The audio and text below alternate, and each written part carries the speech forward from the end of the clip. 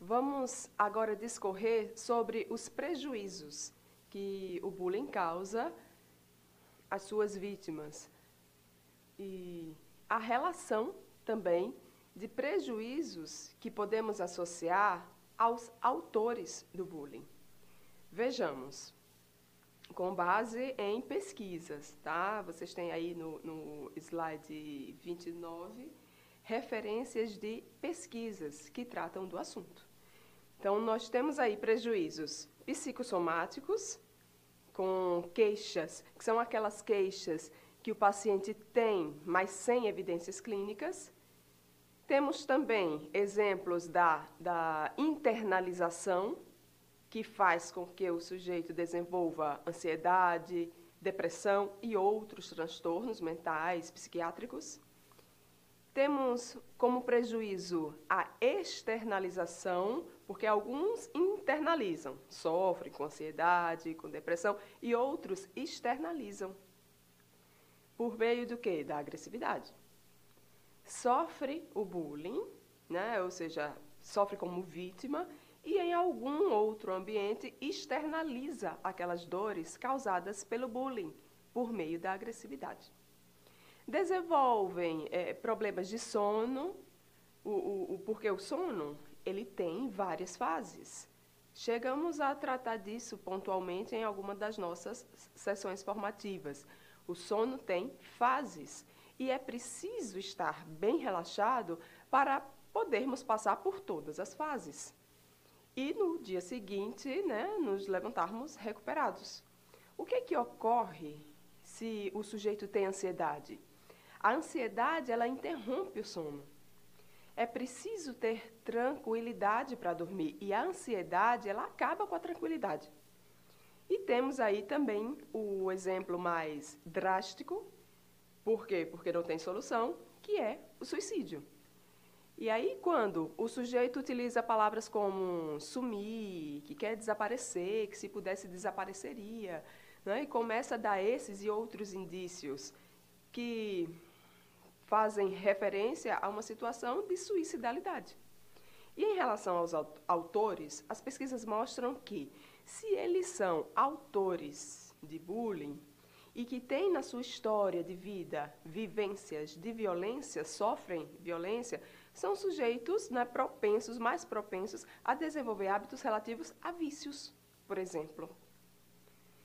E se falamos de prejuízos, nós temos que falar também em prevenção. Então, para não chegarmos no nível de prejuízos, vamos falar de prevenção. Como prevenir? Né? Como prevenir o outro em relação ao bullying e como se autoprevenir em relação ao bullying. Então, quando falamos em prevenção geral, falamos em promoção de saúde, né? E prevenção de problemas. Então, quando falamos em promover saúde, falamos de coisas positivas.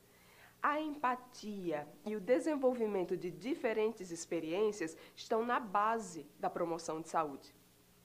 Se eu circulo em diferentes espaços, se eu ganho diferentes conhecimentos, se eu desenvolvo diferentes habilidades, isso reforça a minha autoestima e me protege pela ampliação da minha rede social. Real, concreta, efetiva. Vejam a importância da diversificação das práticas pedagógicas do professor em sala de aula.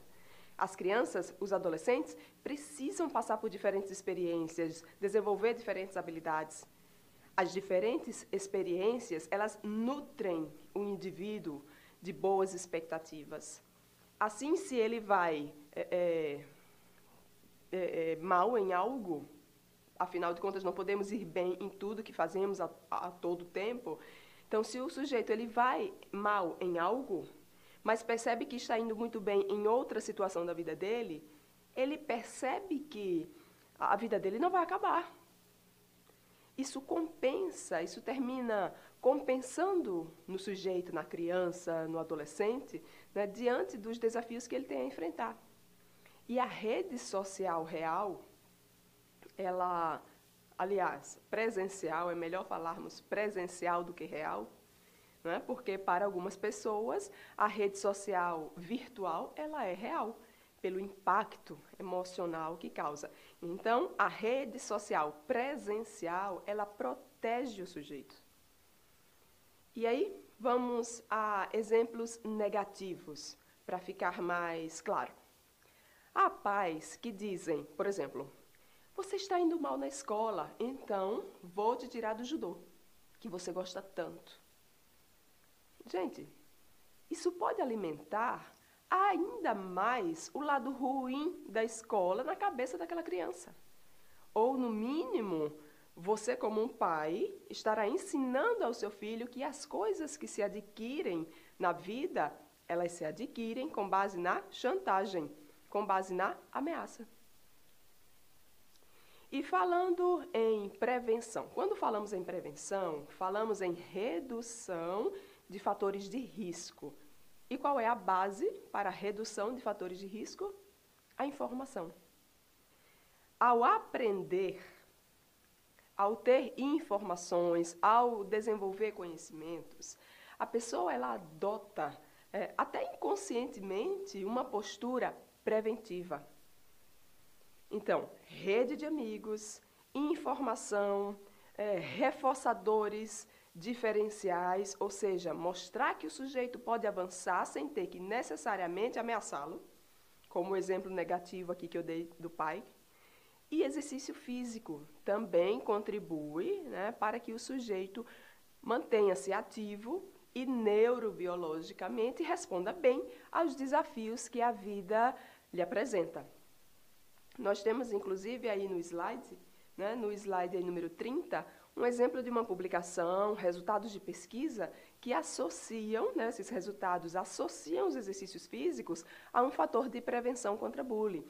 Então, exercícios físicos realizados 4 vezes por semana ou mais vezes, reduz, né, esse exercício físico, a prática reduz em até 23% ideias e tentativas de suicídio em pessoas que sofrem bullying. Então, muito importante a realização de atividades físicas para crianças e para adolescentes. Porque tem muitas que não estão fazendo qualquer atividade física.